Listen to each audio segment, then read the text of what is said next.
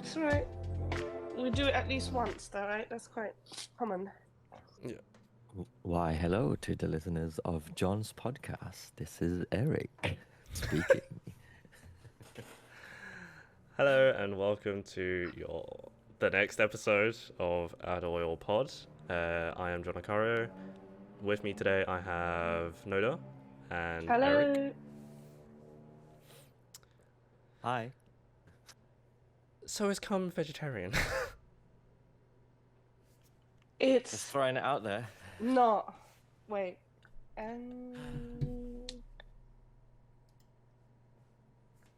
Like there should be a preamble. it's- It just- I think it's vegetarian, but not vegan. Why do you wait? Whoa.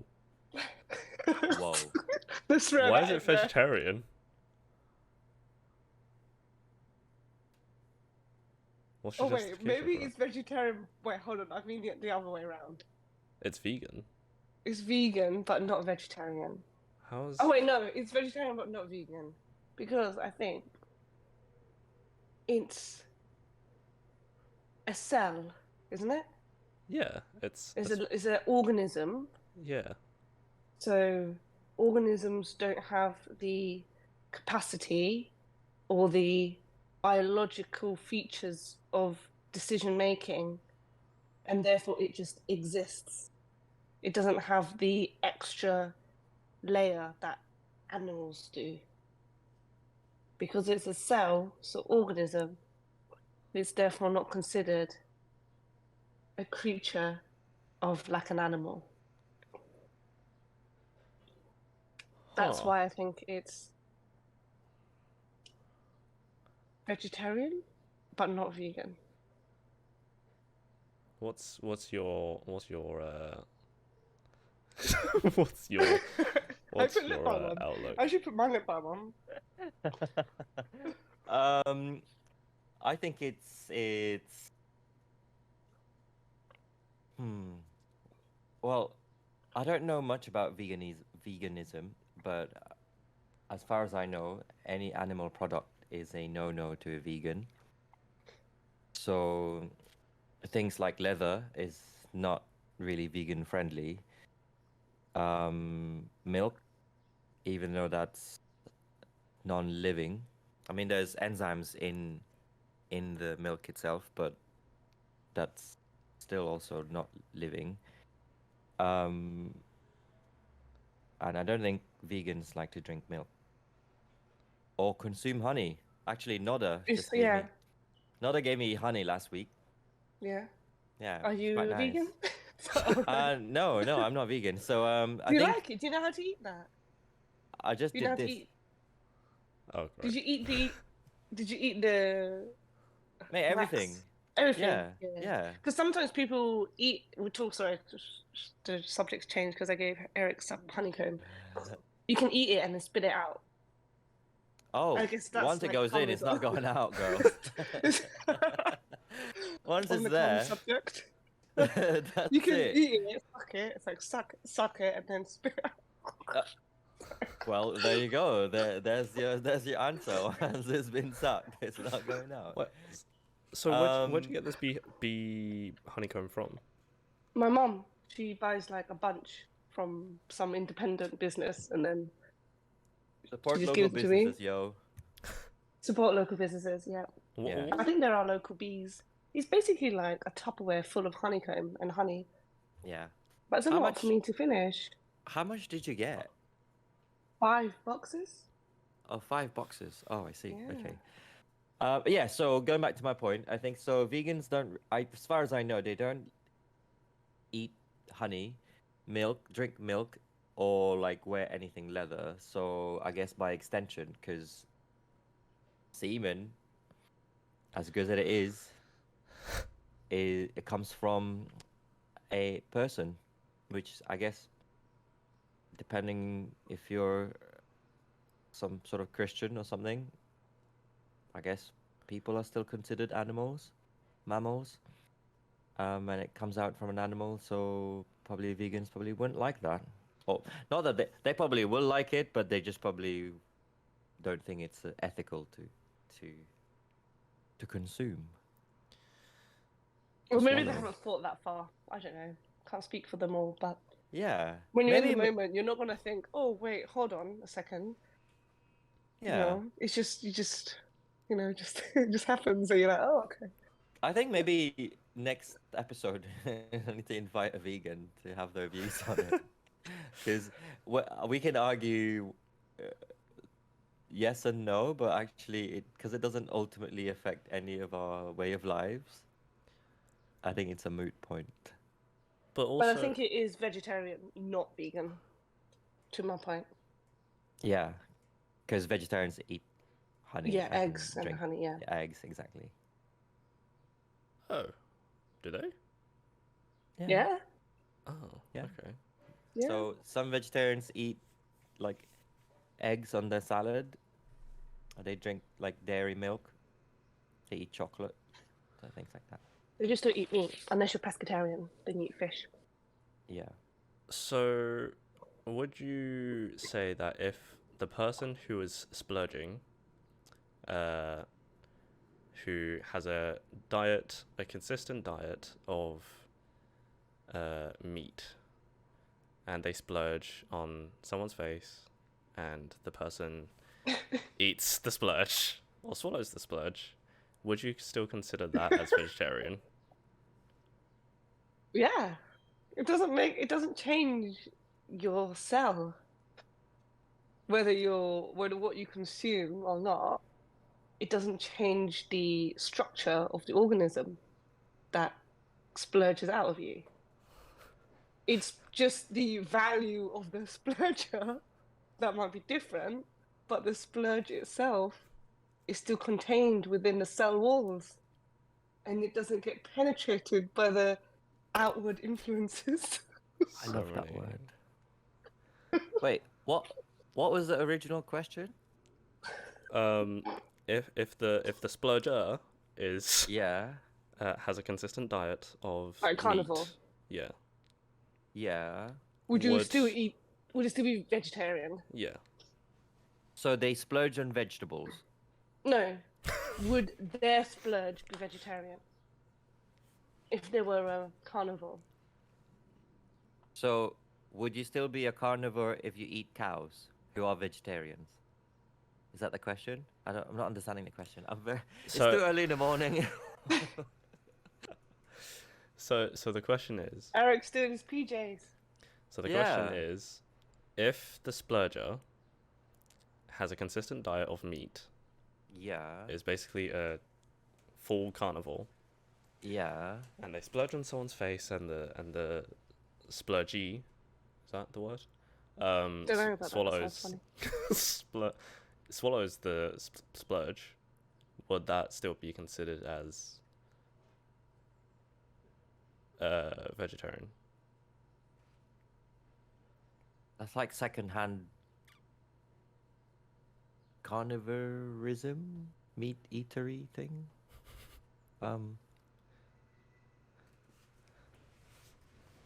The reason why I bring this topic up is because, like, a few years when I was back in college, we had a like fellow student who was vegetarian or vegan, either one, and we would just bring up the topic of, is cum vegetarian, which we would think it's not, because it is living technically. It's not living. It's not It's- living. Yeah. It's. I know what you mean by living because it moves. Yeah. It's biological, but not living. Like there's again, I'm not an expert on philosophical debates, but especially when it comes to life or death, but I think like for example, there's enzymes in your mouth. Like I remember this in science lessons, like all the way back so many years ago. There's enzymes in your mouth that breaks down milk, and they only really operate within. They only are working at a certain temperature. So anything below that temperature, they become denatured. And I remember my science teacher would, because at the time when I was learning this, I was new to England. I just arrived from the Philippines, so I didn't know what denatured. Well, I kind of knew what denatured was because I could just like guess, and I just kept writing. It killed the enzymes, like the having it at a lower temperature means they were being killed, or if you go too high, like if you're literally boiling the enzymes, I kept saying that it would kill the enzymes, and my science teacher would always keep saying, technically they're not alive, so you just have to call them denatured. So, yeah, I guess again going back to what Noda said earlier, I think there's standards that have to be met in order to be living. Like consciousness is one. Yes. Yeah, and being able to make decisions, which actually, pretty interestingly, is one of the biggest dilemmas of having to take someone else's life in the medical field, because you get people who Capacity, are, isn't it? people who are in coma, who are still, their heart is still pumping or might be assisted with machines, but their brain activity have died. It's literally just a flat line. There's no electrical impulses. Their heart is probably, and their lungs are only probably working because of the machines. Are they still technically living? And if you were, sorry, it got really dark at 9:15 in the morning, but if you were the relative of that person and you know they're only being kept alive because of the machine, are they still living? Would you pull the plug? Depends on their relative, and maybe some of them might be in denial, or maybe some of them wish they were because they look like they are Yeah. on the Yeah. outside. So then, yeah. So That is really interesting, actually. we went from cum to living and dying. I love topics like this. Circle of life. Yeah. What made you think about this question now? Well, I was back at work, and me and two other colleagues were talking about just random topics that we mentioned in classes, and he just brought up that one of his students, me, brought up the topic of is cum vegetarian, and I was like, didn't I think of that? And I was like, Sounds like a safeguarding issue. Yikes. There is in philosophical debates. it's a very deep topic if you really think about it. Yeah.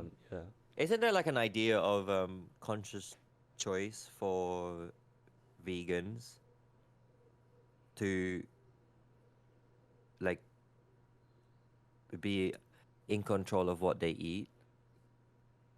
Because if a vegan were to suddenly again lose the capacity to make a choice for themselves, and they were just being fed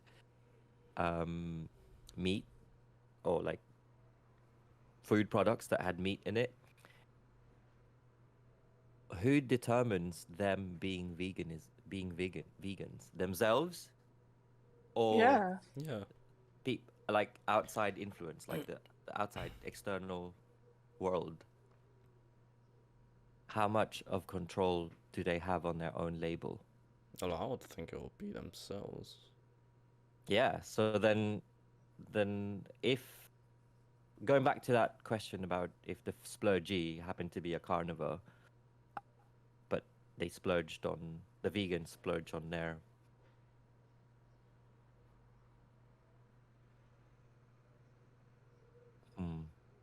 actually no, they're still actively making a choice to splurge on that. I don't know. I think vegan. I think cum is not vegan, but it's vegetarian. And it doesn't friendly. make it. I think it's vegetarian friendly as well. Yeah. Yeah. Yeah. So, John, if you were to change your eating habits, your dietary needs, and dietary choices, yeah, you'd be safe in the know that in case you want to splurge on, you can eat and swallow. On that Um, topic of whether splurging is vegetarian or vegan, I've also come across like some products in like grocery shops, like cheese, labeling as what, vegan friendly, but Yeah. isn't cheese? Cheese. They've Yeah. made different brands now, made from cashew nuts and Yeah. coconut oil, and they rebrand it with a similar texture to cheese, but they name it like cheese. They don't leaves. have the maybe the correct melting potential as non-vegan cheese, but it's still pretty good. I have tried it myself. Huh. I've never tried it. That's interesting. They're labeling a lot of things now as vegan. Yeah, it is very confusing because there's a few like Tesco branded like crisps similar to Walker's that is like, say it's chicken flavored, but it also reads vegetarian friendly or like vegan friendly, which is quite confusing considering it's chicken flavor or like beef flavor. Yeah. Gotta love all those E numbers. Yep, that's what I was gonna say. And monosodium glutamate. Yep. We love MSG. MSG. MSG is just such a interesting invention though. I've never It's a actually. scam. Yeah, since I moved to England, I've not used MSG in cooking, and I kind of wonder what it would taste like now. Now that I'm a little bit more aware of like tastes. But you go Because out, in the Philippines, we used to use them a lot. you go out Right. to restaurants though, like Chinese restaurants and Asian restaurants. They use MSG. Oh yeah. But then I just assume that that's like restaurant food. Obviously, like when I try to recreate like restaurant food at mine, it obviously doesn't taste like that. So I just want to know what it would taste like if I were the one putting it in the foods Let's that I try make. it. We can do a live cooking podcast, and we can all cook and put Yeah. MSG in there. But And it'll be wasn't there like this a- whole like debate about MSG? Did you know about it? That the MSG was kind of typically now when people think of MSG, they think it's unhealthy, right? Yeah. Mm. They get that image, but actually, it was that image of it being unhealthy was created like years and years ago to try and get rid of Chinese restaurants and things like that. Yeah. Something along those lines. You have to read Gasp. into it, but technically, it's not like as unhealthy as people make it out to be. The association wasn't there, and then something happened, and then I think through advertising and clever marketing, now to this day, people still think MSG is terrible for your health. So I think there was some news about it. You might need to read into it. I can't say for certain, I don't have all the facts, but I know that it's the result of something that happened years ago, and now people have this idea of MSG. Yeah, like when we had the restaurant like a few years back, there was a few people saying that they can't take MSG, which was a bit confusing. They were saying like it would give them headaches or like make them nauseous, but it's just like salt but a little bit stronger. Yeah, I think there are some naturally occurring MSGs. Maybe not MSGs, but glutamate certainly like is like a chemical bond that's present in many food products. It is like some sort of salt that has just been crystallized. So where did this whole idea of it being so unhealthy and it causes headaches and I'm going to get heart disease as soon as I have it? Well, I guess It was something to do with something that happened. it probably has been politicized. I don't know. Yeah. So from Like, what I know, I won't be so surprised. But you know, if you down a whole spoonful of salt now, like just your Yeah. normal sodium chloride salt, I reckon you'll be pretty sick too. Yeah. Yeah, well, yeah. And get headaches and nauseous. Exactly, yeah. Like, So- I think the only thing that's unhealthy about MSG is that it makes you extremely thirsty and it dries up your mouth from like That's probably how why people salty are it is. Getting headaches Because they're they not get drinking dehydrated. water. Yeah, Yeah, just yeah. hydrate people. Because Like- they themselves are not healthy. Right. Oh, Oh! As Clap- John hydrates.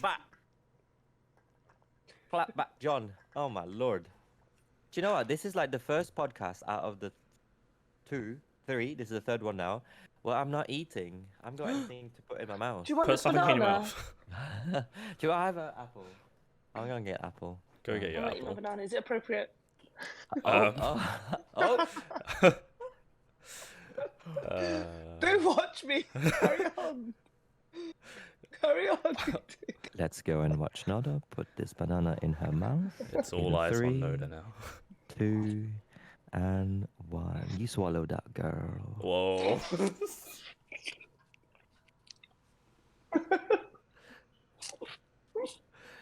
Puts banana away. I'm gonna get some cookies. And everyone's gone. My apples. That is a I'm coming very back. tiny apple. Yeah, it's a very red. Look at this. Where did you get your apples from? Tesco's. Yeah, Tesco's Ningu. They're not That's that near good. me. though. Oh, sorry. I find Costco Oh. apples are very, very good. Next time we go to Costco, let me know. I'll go with you. I just get the Gala apple. Sorry, I'm probably doing ASMR stuff. We can't I even can't hear you go. because your mic. I think your mic cuts it out. Yeah, Oh, okay. Well, that's good. bring it That's closer. What arm do you have? Is it a road arm? Yeah, think it you can cuts hear it, out. can you? Yeah, it cuts out. Right, it cuts out. I think it's Discord compression. I'm trying to I get think- a new arm. I don't know. Is it good? Because Mama is not good. Oh, it's got 4 letters. IJIM. It's meant to be Ulanzi. Oh, But okay. I think I ended up getting like an Amazon ripoff thing. Okay. Some random generic brand. Because I'm obviously in the middle of building furniture for my place, and I'm looking into just upgrading pretty much everything. How Mate, is that Let's going? go. Well, oh, sorry, I just got a bit of dry throat. From your banana. Cut this out. Yeah, from a banana. I get And dry basically- throat too when I eat bananas. Anyways, so it's going well, but a bit slow. And I was taking some time to reflect on this actually, and I realized that this is the first time in my life that I'm actually spending money on myself, Mm. as in buying like new stuff. And I've never done that And because I think growing up, like with immigrant parents, like one's from Hong Kong, one's from Malaysia, everything was about saving or using things secondhand. yeah. And they would use it until it's literally like unusable. And everything I got was secondhand. So it was really randomly thrown together. So I grew up in that room, obviously having these like things that work, but then it didn't really, I don't know, it just felt like it wasn't mine. Mm. And then I've moved here and I was like, wait, I can actually decide what color of things I want. And it sounds a little bit like, I don't know, simple and a bit stupid, but it's just little simple choices like that gives me my identity. Mm. And so therefore building furniture to me is very healing because it's like, oh, I can choose the color, I can choose what theme I want, I can choose if I want a standing desk or not, I can choose the size, everything. I was like, wow. So I'm kind of enjoying this season of my life. And yeah, it's going really good. I definitely Really slow, but yeah. Yeah, really I good. definitely relate to that. I think there's a huge life satisfaction coming from autonomy and empowerment, like self-empowerment. So Yeah. I could I choose to eat cake this morning, and I'll be like, Yeah. the world can't judge me. I'll do what I Yeah. want. So considering that you guys are like living by yourselves, what is that like compared to living with your parents? Because I'm still living with parents, and it is a massive struggle. Nona, do you want to start? I can relate to your massive struggle because I also had a massive struggle. My parents divorced when I was 10, so I pretty much grew up with my dad, who's like a really strict, traditional Chinese dad. My mum is like the cool one, but she's obviously left. So then there was a lot of like adapting that me and my sister had to do. And then it was just a bit kind of like, oh, I can't eat this, or don't close the door, or lots of like little things that I didn't like. And over time, like you stop saying yes to friends because you think, oh, I don't want to go through having to ask permission to go out, and then him saying no, so it didn't, my social life and everything changed. But I think like it's gone through like struggles, but I never ever wanted to leave out of hate. Does that make sense? Like I never wanted Yeah. to leave my family home out of hatred because I felt like I had to work on developing an understanding of where this type of parenting comes from and respect them and try and understand that's their way and it's not them being horrible to me and therefore me leaving out of hate. So I wanted to stay there. I actually like stay there a bit longer to try and develop a better relationship with my dad until I thought, okay, this is my time financially, emotionally to actually move out with no regrets. And that's the position I got into, which took a long time, but I feel really good and I'm close with both my parents now. So Yeah, that's my I kind do of find that the experience. same problem as well because I'm still in the and well I'm conscious that I need to like understand my parents and everything and why they do things the way they do it. But yeah, it is a struggle and it's just a habit of not really being conscious about it before, but having to now do it is just it's just constantly on your mind. Yeah. How about you, Eric? Finish your He's apple. scoffing it down. Swallow it. I mean,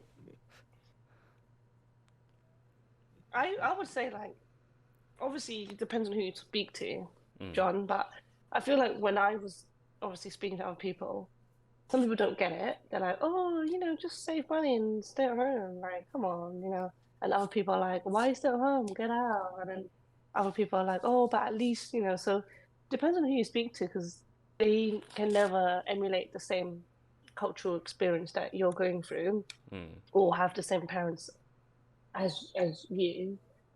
But I find that the one thing that really helped me was this one description.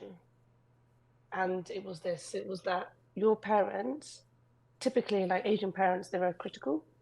And the reason why they're critical isn't because of you, it's because they were born in a generation at a time where being critical meant that you were intelligent, that you had the capacity to not just accept things, but always see the bad because it would show that you're intelligent enough to think further. So hence why they may come across as like, oh, you're not good enough, or you should do better, or why are you doing that? But it's their way that they learn how to show love and show that they're in authority, that they will always want you to do better. But it's just the way it comes across isn't very It's very toxic. is very toxic, yeah. So that when I learned that, obviously like I don't want to make excuses for being toxic. At the same time, it's understanding a little bit more and having that awareness, that conscious awareness of when they grew up and having to come to this country, and build up their life. And it's a lot of experience that we haven't gone through. And at the end of the day, I can see love through my dad and through my mum in their own ways. But that's where I've come up to. Some people may disagree with me and just say, well, you're just used to them being toxic. Yeah. Right? Yeah. Or you're telling yourself a lie to try and accept something that you shouldn't accept. Yeah. So that's a big topic, because I also don't believe that you should keep in touch with blood family just because they're blood family. I believe that if there is, toxic nature, that you have the right to not have them in your life anymore. But for me, I've come to the conclusion myself that it is through love, but it is done in a way where I couldn't process it, and they couldn't communicate it. Yeah. Communication All is right, what a about you? massive problem. I have a, a different upbringing from both of you, because I grew up in the Philippines. My mum was actually an illegal immigrant here in the UK since I was 2. She was working in a Middle Eastern country and then gave birth to me in the Philippines. So basically, she went on holiday to give birth to me, and then she went back, I think as soon as she could, back to Saudi Arabia to continue to work. So I didn't actually have any interaction, like one-to-one interaction with my mum, like personal, kind of like in the same space type of interaction with her until I was 12, because that was when her papers in the UK were granted. So she basically ran away from her employer when they visited London, and then obviously as an immigrant she couldn't get back, because then she wouldn't be able to get back to the UK. And then I was with my dad in the Philippines, but he was there. He was there, but without being too candid on on recording on the internet, he was there, but probably could have been there more. So I was basically quite. I learned to be independent right from the beginning. I had the support of my nan and my auntie growing up, but kind of like making sense of the world through trials and errors, were basically left to my own devices. So when I moved here to be with my mum, so my dad and I came together, it was a strange culture shock, really. It being here in a different country, but also that sort of family dynamic. And I didn't really like it. I didn't like being at home, because it was. I think I get what you're saying about they do their own ways to show their own love to me, but I thought it was very. It wasn't what I was used to. Obviously, like I was like 14 when I moved here, so I wasn't a child, but obviously I wasn't a child anymore. And I wanted to have my freedom. I wanted to. I was basically looking for what I thought was love from somewhere else, like, and which was obviously different from what I was getting at home. So I had a really, really difficult time growing up, growing up here. So much that actually, when I went to uni, I had a falling out with my parents, and I ended up living on someone's floor for 3 months. Wow. This was my first year, and then we made up, and then so I moved back for my second year, but I realized that I could get student loans to like support me in my third year. So I moved away. I lived in like a flat closer to the university for my third year. And then I went back after I graduated. I went back to my parents while I was doing my master's. But actually, at this time, I realized that I wanted to join the military as a sort of way to have control of my own freedom, which is actually really ironic because the military life is very rigid and very restricted in terms of freedom, because obviously I had my military duties.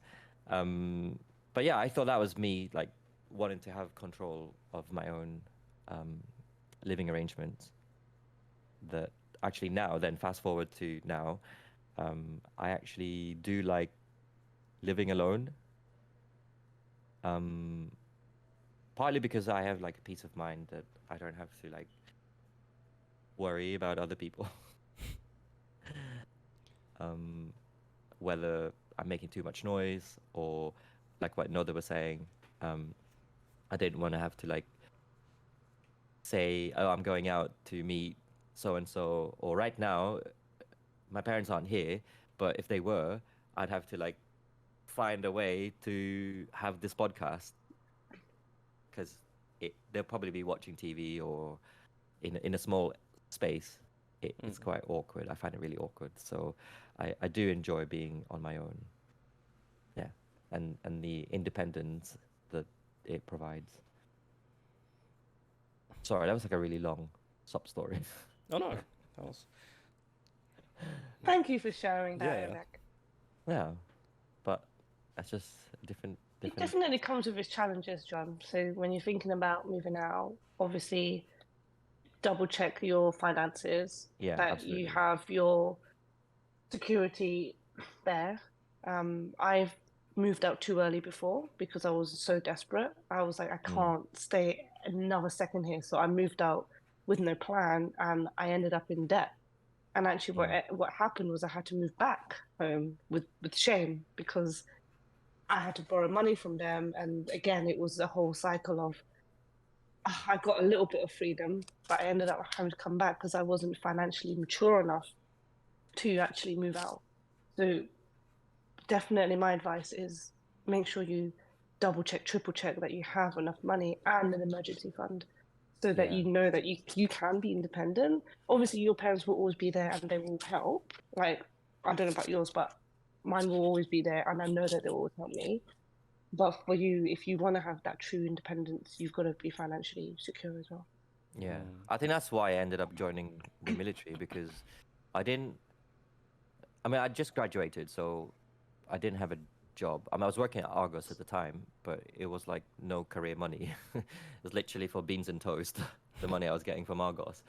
So the only way that I thought would make my parents feel like I'm safe or like, you know, relatively settled would be to join the military because I'd have roof over my head. I'll have a wage coming through, and my parents wouldn't probably, at the back of my head, like I thought my parents wouldn't feel like I was going hungry somewhere. Although I was, because I was in the middle of a field, or I was like on really long duties. But it was like not destitute, is what I'm trying to say. It's like I'm not in poverty, and that's something that I made sure that I was able to do when I moved out. Yeah, because they asked me when I left the military, they asked me if I wanted to move back in with them, as I was starting out to be a teacher. But I said no. I think I'll be okay. Yeah, so we have like better relationship now, I have to say. Yeah, but I do love my independence. A lot of it is now it's just sitting on the sofa, to be honest. It's not like I'm going out all the time. Since moving out, I've noticed that my dad does a lot of the housework and the cooking.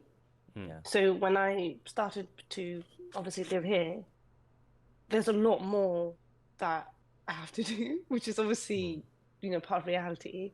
But it made me appreciate him more. It made me appreciate all the stuff that he did to make my life a little bit easier because there was nothing like dishes were pretty much washed, cooking was pretty much done, floor was always swept. Like I have long hair, so my hair like molts on the floor. I could never see a strand of hair at home. Your But ha- here, I'm like, oh my god, Your hair molts more than I was like, Basil's where did hair. this come yeah, my hair like bulked. I'm like, oh my gosh, there's hair everywhere. So it's just little things like that. Like you've just got to consider that you do have to put the time in. If you do value your space Yeah. and your environment, you do have to put that time in. Which sounds a bit silly. Obviously, it's obvious.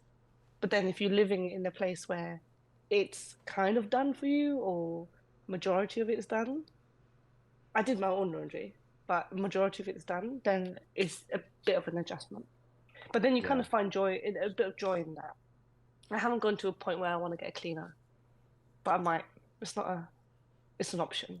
I'm Uh, really considering that option. as well. Eric is looking for moonlighting jobs. So if you want, if you want military grade cleaning, Damn. What's moonlighting?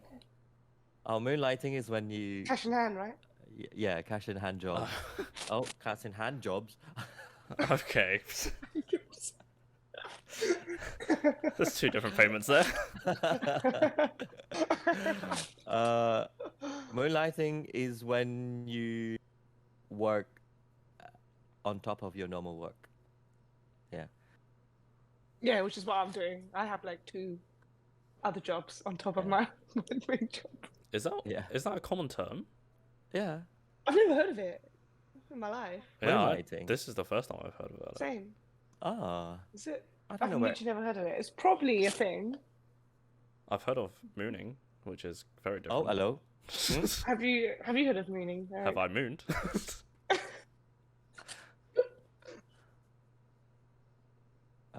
Yeah, it's just. Well, the internet says it's just when an employee works more than one job. Okay. Yeah. We just call It's it just I side wonder where it's hustle. from. Yeah, Dunno. well that's because it's Gen Z like speak, Well- isn't it? Apparently, there's an element of secrecy when it comes to moonlighting, because Oh, when you're working multiple jobs, it's not often that your other jobs know that you have other jobs. that is true. But what does Well, I moonlighting don't- mean? Yeah, I don't think the school will ever care that I'm cleaning Noda's flat. And she's paying me with bananas. But I think I'm quite particular with And what I hand want jobs. cleaned. I want my To break hair free. to be. I want it, if I got a cleaner, I would have to specify. Can you take my hair out the drains? Oh my god. Oh yeah. Because you I know don't my have that hair. problem. Oh, it's just. Anyway, because there's no space for the thing, the sink drainer thing, so my hair can't go there. It just wraps around the actual inner part. There's I a don't know. there's like a there's like a it's like a sieve, but for the like bathtub. Oh, yeah. Do you I know what I'm should get talking that, about? actually. Yeah. I do. Those are Is it quite like a helpful. sticky one, like a silicone one? Yeah. Yeah, okay. I'll actually get that there. That's probably easier, cheaper. You might be better off getting that in like Asia or something. Yeah, Because they are very abundant there. yeah. But I'm not going to Asia anytime soon.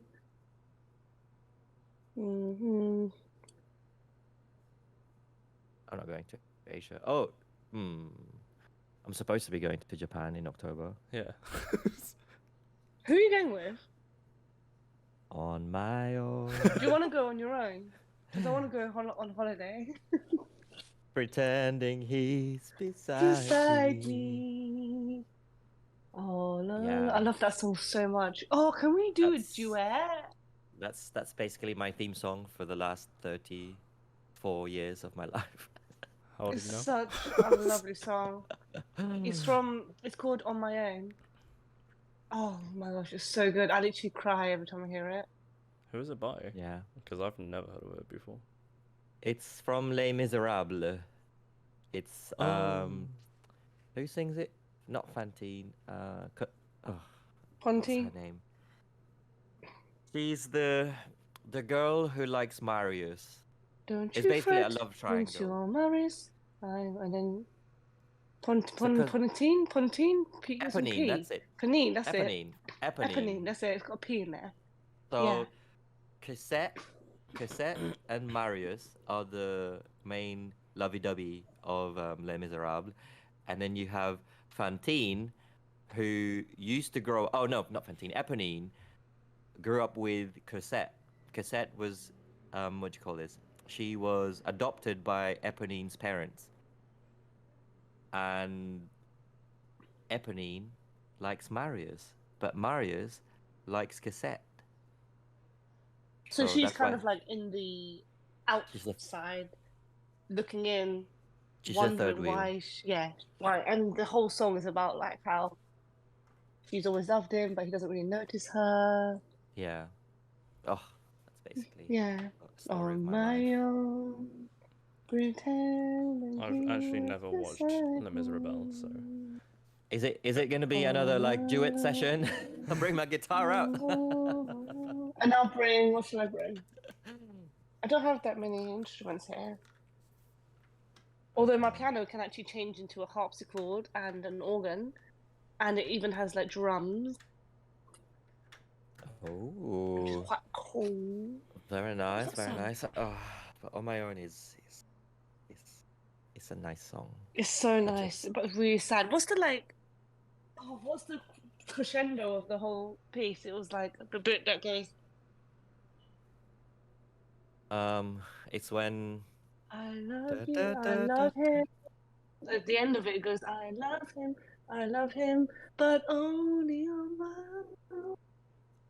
that's it. Oh, Basically. it's so sad. are you crying right now? No, but you can watch the film. It's got my favorite actor. What's his name? Yeah. Wait, Eddie Redmayne. Oh, he's got such nice lips Really? and eyes. Eddie Redmayne. Ready, He Redmayne? plays he plays the the guy. Yeah, I know. I worked with him before. Marius, yeah. Yeah. So apparently the last verse is, I love him, but every day I'm learning. All my life I've only been Oh, we've pretending. been pretending. Yeah, and it's like quite Without me, funny. his His world would world go on turning. A world that's full of happiness that I have never known. And then it's like a dramatic pause and goes down. I love him. Love him, I love I him. love him. But only on my own. Yeah, All right, that's it. Noda, Eric, what do you have to plug?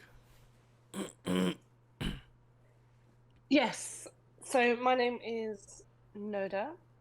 My real name is Amy, and I shall be releasing a YouTube soon with my personal name on there, which will showcase a lot of my behind the scenes, my building the furniture, some vlogs, and basically what life is like living alone in London. So be sure to keep watching and listening to this podcast, and I'll tell you and announce my new YouTube channel soon. Eric? I am Eric. I do have two YouTube channels, but one is supposed to be for my digital work, but they just end up being my games channel. It's called Eric Does Digital. I just play games, but because I've been so busy, I haven't had any chance to play. Actually, Final Fantasy 16 is coming out. I was going to say. It's on the 22nd. Sir, you have not finished your dissertation yet. That's it, right? Actually, just before we started this podcast, I was having to write some parts of my dissertation. So unfortunately, I won't be able to play Final Fantasy 16 when it comes out. Even though my heart is bleeding for Final Fantasy 16. But it's Eric Does Digital. If you happen to want to have a look at all the crappy gameplays that I've ever played, it's right there. Yeah. Cool. You can find us on AddOilPod on Instagram and on YouTube. Should be releasing every Sunday at 3 p.m. or Saturday at 3 p.m. But other than that, have a good rest of your day. See you next time. Bye. Bye.